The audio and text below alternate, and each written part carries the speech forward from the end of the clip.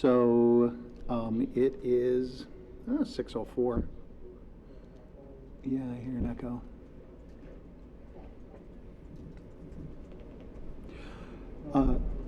I'll call us to order. It's not too bad. I don't think we need a roll because Tanya's the only one missing. So I can certify that we are in compliance with open meetings law. It does not appear that we have any public comments. Do any committee members have any comments? Communications. Oh, other than we're welcoming Lisa. Yes, welcome. Here a whole week. Okay, then we can move on to approval of the minutes from April 22nd. Did everybody have a chance to take a look at them? And I would entertain a motion on that.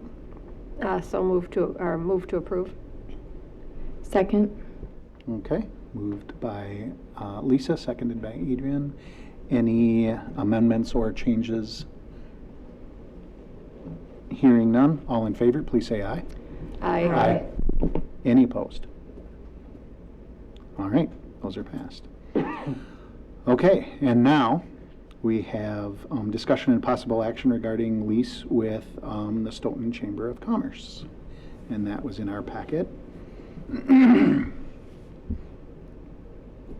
final terms of the lease, I don't know. Did you want to speak on it, either of you? Sure. We were kind of talking before the meeting just about a couple of things. We have the red line version of sort of the changes that have been made since the last time that I think this was in front of you. So just a couple of things, highlights to hit. So the rent amount would be 0 for the first 2 years, but if the parties agree to extend it, it would go to $200 a month after that.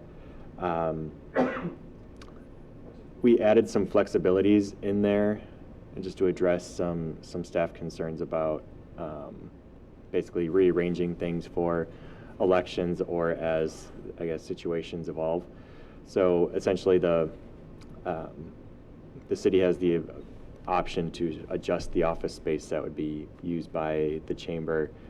And during election season, the office spaces or like the cubicle areas would be modified to allow more space for election workers to administer the election. So don't believe there are any issues with that. The chamber can have some like brochure racks and a media center in the city hall under the lease. Utilities, that's one thing where it's sort of up in the air right now, just with internet and telephone. So right now, as it reads, they would have to get their own internet and telephone service. I guess we would just be looking for flexibility to work that out if it's not feasible for them to get like a separate line or it's just like impractical to get those. I guess it's up to you guys if you want to make that a requirement that they get their own service, but maybe just ask for some flexibility on that. But I think that's a relatively minor thing, all things considered. The chamber would like 3 keys instead of 2 keys. They have 3 employees. So under that section 11, there's a red line in there about 2 keys. They would just like to have it be 3. Trying to see if there are any other highlights. Otherwise, all the other changes are relatively minor. I mean, basically, we just wanted to make sure there was flexibility in there to modify the leased areas and that flexibility during election season. So, I mean, it seems like everything is agreeable on the chamber side, but I guess I don't want to speak for the chamber. Yep, it all looked good. The election time and where we would go was a concern because we can't leave the building for 3 weeks. So I'm perfectly fine. We can rearrange, go to different places. I mean, of course, there can be some days, the busy days like election. We can work from home, but we just we can't be gone for 3 weeks, twice a year. So that is fine. And then as far as the phone, I've been in contact with TDS, because we have TDS, and they're trying to get this moving because, the goal is to be in City Hall sometime in June. He was going to reach out and have a conversation with the city's IT guy, John, is that correct? And talk about what makes most sense. I talked very little bit with Tim from TDS, and he sort of made it sound, and I might not have caught it right, but sort of made it sound like it would be kind of silly to run another line. Like he could make sure that we kept our same phone, so when the phone rang, it'd be obvious it would be for the chamber. And I'm not very good with how all that works. I told him my needs. We have to keep the same phone number, and there's 3 of us, so we have to be able to go, transfer back and forth to each other, and people have to leave a message. So whatever magic they have to do behind that to make that happen is what they have to do. So I have no strong feelings one way or the other. It's up to those 2. I said I don't even need to be in the meeting, because it just is what it is. It's just a technical thing, and yeah, and it's not costing, I can't imagine it would cost the city any more money to have us on their same, if we don't get a separate line and we're on the same wiring as there already is. I mean, the internet in the city is free to the public, so I can't imagine it would cost us or be anything more. So, but I'll leave it up to those guys to discuss it. Lisa?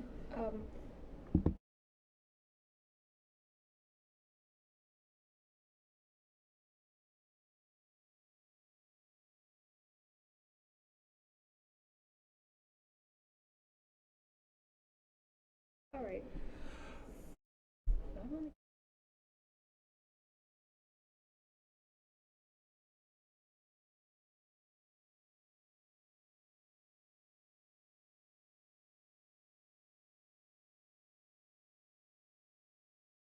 Sorry.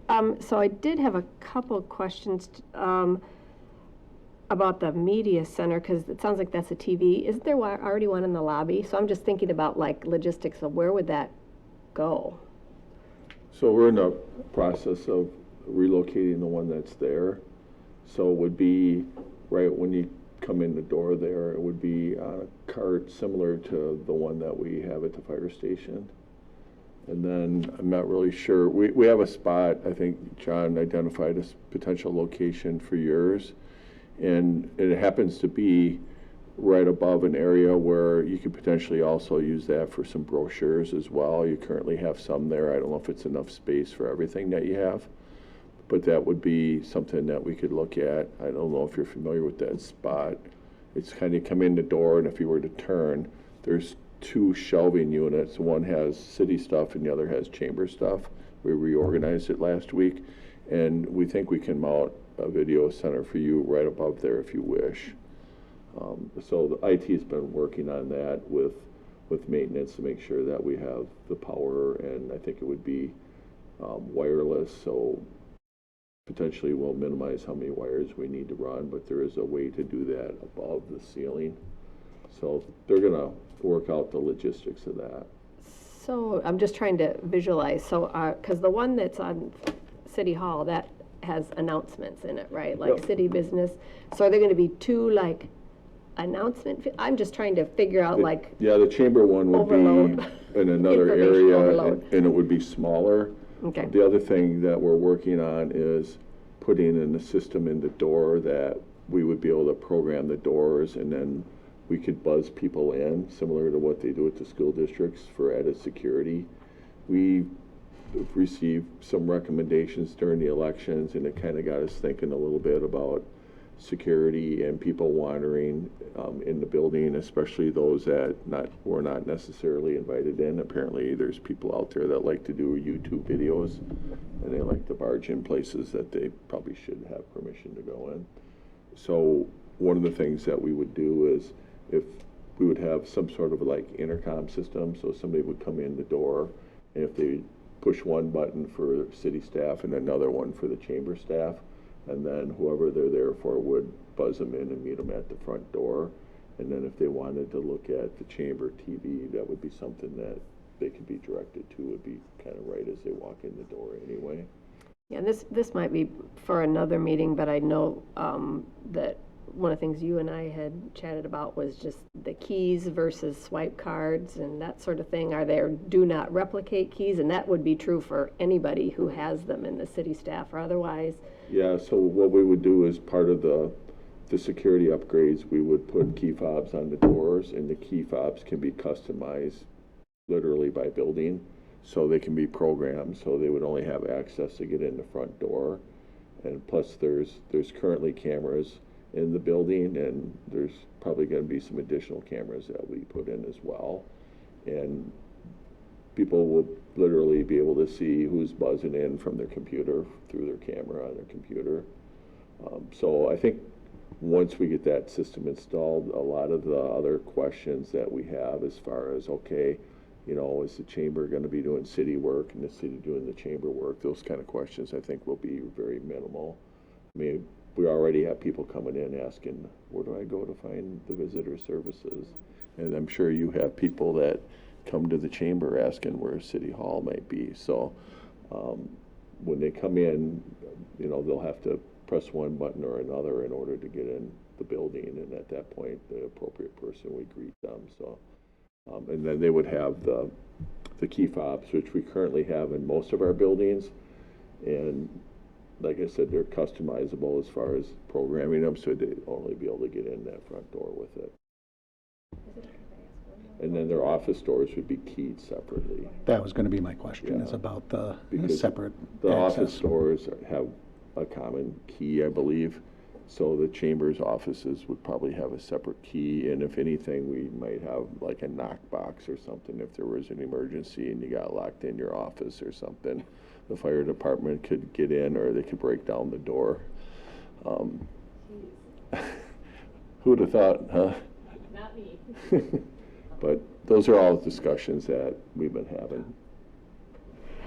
Just to clarify with the whole monitor and things like that, I thought it would just, I have zero idea what I even want it to look like. I thought it'd be a lot easier to build it into the lease now and not have to come back to the city council and say, hey, I'd like a monitor. So we'll wait and see on what that looks like and how it fits. The last thing I want to do is make that area when you walk in look crummy. I mean, it is the city hall and it is the visitor center, and it should look as that. And so I want to make sure that it is streamlined, it's not confusing, there's not signs everywhere, because it needs to look nice. So that was strictly just put in there so I didn't have to come back. Yep. Adrian? I'm wondering if you could clarify the rent one more time? Sure. Right.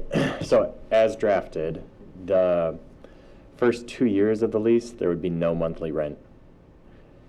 If both the chamber and the city agree to extend the lease, after that 2-year period, then there'd be a monthly month payment, so it'd be $200 a month under this agreement. Okay, I may be interpreting the language wrong in that section, but it sounded like the rent would commence twice, the date of commencement, and then commence following the 2 years. It could be my misunderstanding, but We can I was like, oh, clear they that must up. have Yeah. agreed to pay rent for 2 Yeah, years. I guess that, I see what you're saying. So originally, I had it drafted so it'd be the rent would kick in right away, and then they suggested a change for $200 after that. We can clarify that if that's the direction that the city wants to go. I guess that arrangement where it's no rent up front, and then after the 2 years, it kicks in. No, I'm fine with that arrangement. I Yeah. just wasn't getting that from the draft. Yeah, I think originally we had some language in there as a placeholder, and as we had discussions, there was a couple thoughts. One was having the chamber move in with us is actually more cost effective than the current arrangement, which we've talked about. And then number two, the goal is for the chamber to be in a position where they can save enough money and possibly find another location, but if they can't, or it's working out better than expected, or their circumstances, then at that point, we think it'd be appropriate that we charge something. Bless you. Lisa, you have another question? I did, and this is actually the one that, it didn't seem clearly spelled out, but maybe I'm missing it, especially since I didn't see there were 2 copies. So I know Alderperson Hirsch had asked about some clarity about access to the conference rooms and outsiders. Is it all chamber members, or would it need to be like your 3 designated folks inviting people in? I know she had a question about that, so I just thought while you're here, let's ask about that. The short answer is if the chamber's just having a meeting with a couple members, that's one thing. But we actually have a building policy right now that would not allow, for example, a for-profit company to come in and use the facility for their business. So we try to encourage them to use other businesses that, might be beneficial to either have a charge, or maybe they have lunch there, or maybe they make a donation. So we don't really anticipate under the current building use policy, which we're in the process of updating, but it wouldn't really affect that part of it. We're trying to allow nonprofits, but not for-profits, to use our facilities, because if they're a business, they should be, paying something somewhere. So I think that was kind of how we were trying to answer the question. Initially, we thought, it'd be nice if we could use it for public space. I also believe that that's one of the things that Schmetz wants to be able to provide, and either the depot or one of the other buildings they acquire, is to have public spaces available especially for artists, but for community members at large. It was just a thought. It wouldn't have been for public. It would have been for our chamber members, a benefit. And I don't think it would have been I don't know how often it would have been taken advantage of, but you just have this beautiful conference room sitting downstairs not being used. And I thought, if anybody needs to have a meeting, and that could be an option. I don't care. It doesn't, I haven't been able to give them that option yet, but those are the kind of things that when looking at a new space for us going forward, those are the kind of things I want to find out. Is that going to be useful? All I would probably maybe have some committee meetings, and I could very easily just go downstairs. So I don't have big board meetings. I don't have any events would be there. I mean, I couldn't do that now because our space is too small. So I have all those things already in place, but if I were to have a committee meeting, which maybe once every other month of 6 people, a chamber committee meeting, if we could go downstairs and use the conference room, great. If not, then find another place. That would be eligible under the nonprofit status, but if it was, let's say, one of the banks wanted to have a meeting, probably wouldn't be appropriate to have them use the room. They could maybe use the library because they have different policies, but our building policy specifically calls out for-profits as not being eligible. Is that conference, I'm not familiar with the conference room, is that ADA accessible? And would that be an issue? It's not for the city. It's not ADA accessible because it's downstairs, but we are grandfathered in because the use of the building hasn't changed. But if somebody needed an accommodation, we wouldn't be able to hold that meeting downstairs. Okay.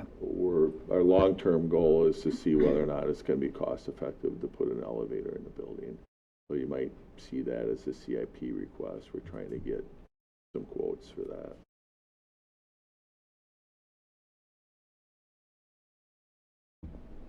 Any other questions?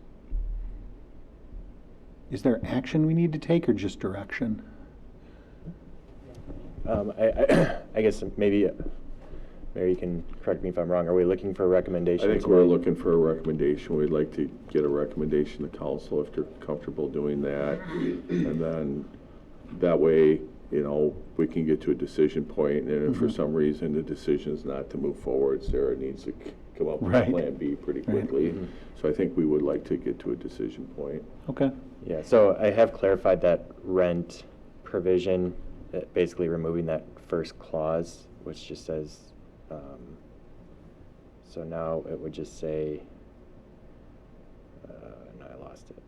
Tenant shall pay to the landlord monthly rent in the amount of $200, which shall commence at the end of the initial term if the parties mutually exercise the option to extend the lease. So I think that clears it up. And then I modified it to say 3 keys instead of 2 keys, in addition to all the red line changes. Yeah, so we'd look for a recommendation as amended, or as, you know, updated, or however you want to say it. Would someone like to make that motion? I'll move to recommend as amended. Okay. Second the motion. Okay. So we have Adrian moving and Brett seconding.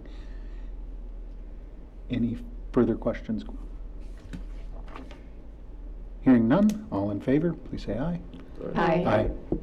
Any opposed? All right. Thank you very much. All right, All right. Is that it? thanks for I being believe here. so, yep. Go home and get some rest.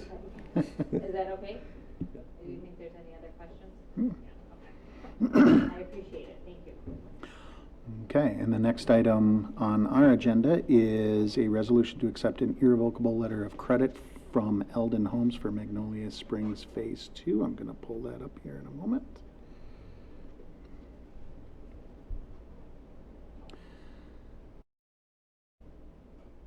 And this would be a letter of credit in the amount of just over $5 million. Does anybody need an explanation on what these generally do? Okay. I can give it a shot because my history, the first policy I ever wrote for UW Credit Union was on standby letters of credit. I can also fill in if you want me to. You can take it if you'd like, Greg. Yeah, so I don't know about this specific one, but so basically we require these letter of credit for the public improvements. So Magnolia Springs Phase 2, we had a development agreement that authorized them to move forward with it.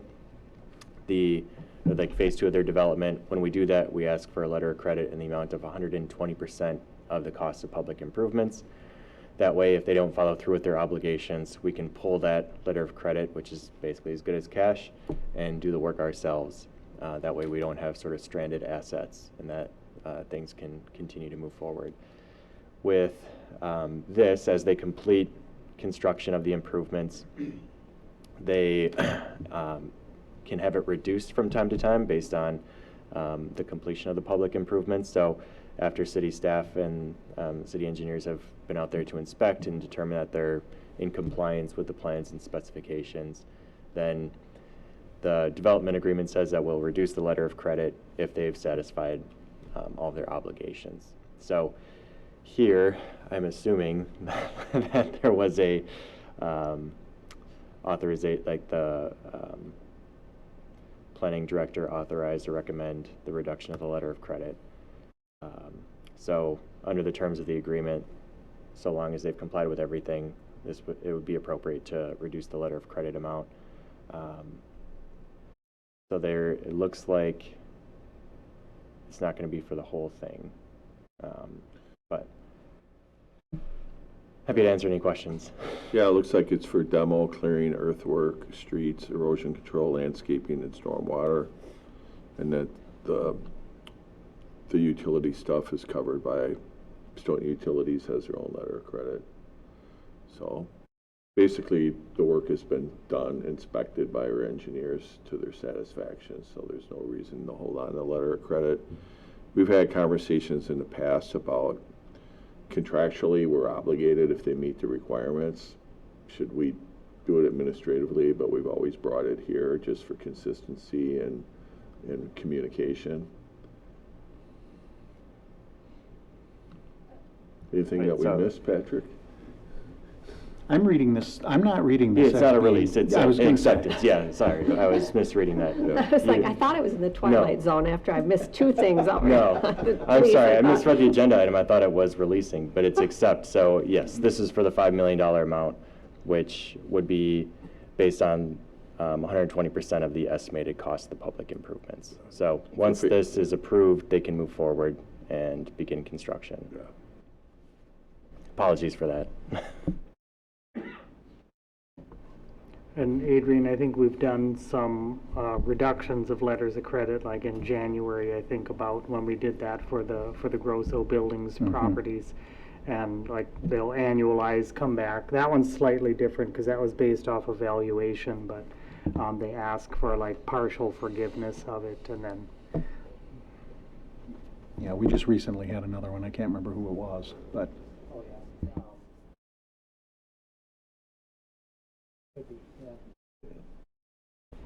It's pretty typical that we have collateral that protects our interests, and they're out there moving dirt for phase 2, as you know. Lots of dirt coming in. Lots of dirt. Well, I was just going to add, for Adrian's sake, the part of the, and correct me if I'm wrong, those of you who know more about this, but I think the letters of credit are very expensive to them. So that's why when they complete something, they want to, reduce some of that because it's expensive to hold on to those, and I don't. yeah, you have to either have a loan or assets that are protecting that. Yeah, we've had on occasion, they've asked for, what do they call that? Yeah. Which is another way of doing it. I think we prefer the letter of credit, don't we? Yeah, we like the letters of credit because it's super easy to draw upon them. With the bond, with the letter of credit, we basically provide a letter to the bank saying they're in default of their agreement. Here's an affidavit. Please give us the money. With the bond, never had an issue with it, but you are basically relying on the bonding company to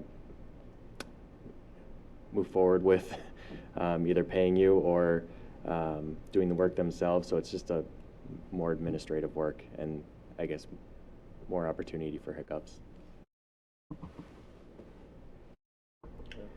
I'll make a motion to recommend this to council. All right, we have a motion from Brett to recommend, Second. second from Lisa. Any final comments? Hearing none, all in favor, please say aye. Aye. And any opposed? Okay, we'll recommend to council.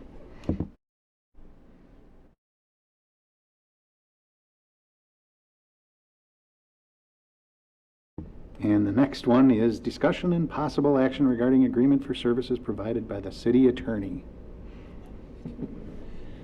All right. As we've talked about a few times now, the agreement between the city and Stafford Rosenbaum expires at the end of this year. So the agreement in front of you, it mostly mirrors the current agreement, but just updates the rates. So it's sort of like the way that it's structured now is the city would go on to my firm's rate structure for this year at the start of next year, and then after that it would go up to the standard rate structure that my firm has, and after that the increases would be limited to CPI. More than happy to answer questions if there are any. I guess I don't know what else there is to discuss at this point. Sort of awkward for me, but talking about this, but I'll do my best. And so the agreement is 4 years, but every year there's an adjustment. And in the past, if I recall from previous conversations, those adjustments they weren't on a normal schedule. No, the previous agreement was one rate for 2 years and then an increased rate for another 2 years. And it's a 4-year agreement, but there's a fairly easy to terminate, so you guys can fire me whenever you want.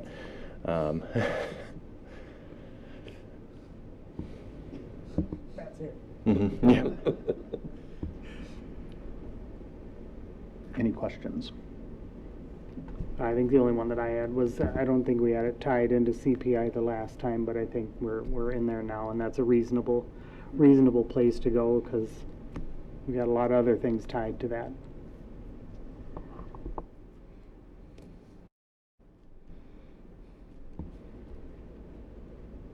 Okay, I entertain a motion to recommend this to council then. So moved. Second. Okay, moved by Lisa, seconded by Adrian. Any final questions or comments on this? Hearing none. All in favor, please say aye. Aye. Any opposed? Okay, we'll refer this to council.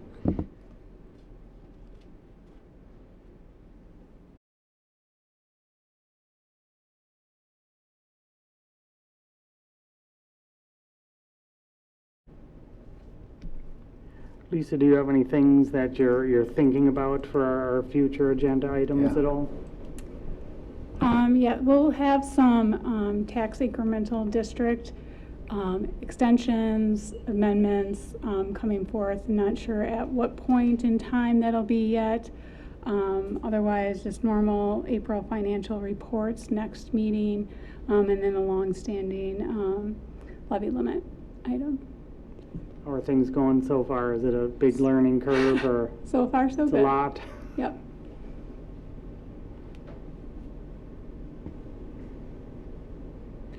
Any potential additions for future agenda items from anyone else? Okay, well then I would entertain a motion to adjourn. So moved. Okay, moved by Brett, Second. second by Adrian. All in favor, please say aye. Aye. Aye. Any opposed? All right, we're adjourned. Thanks, everyone.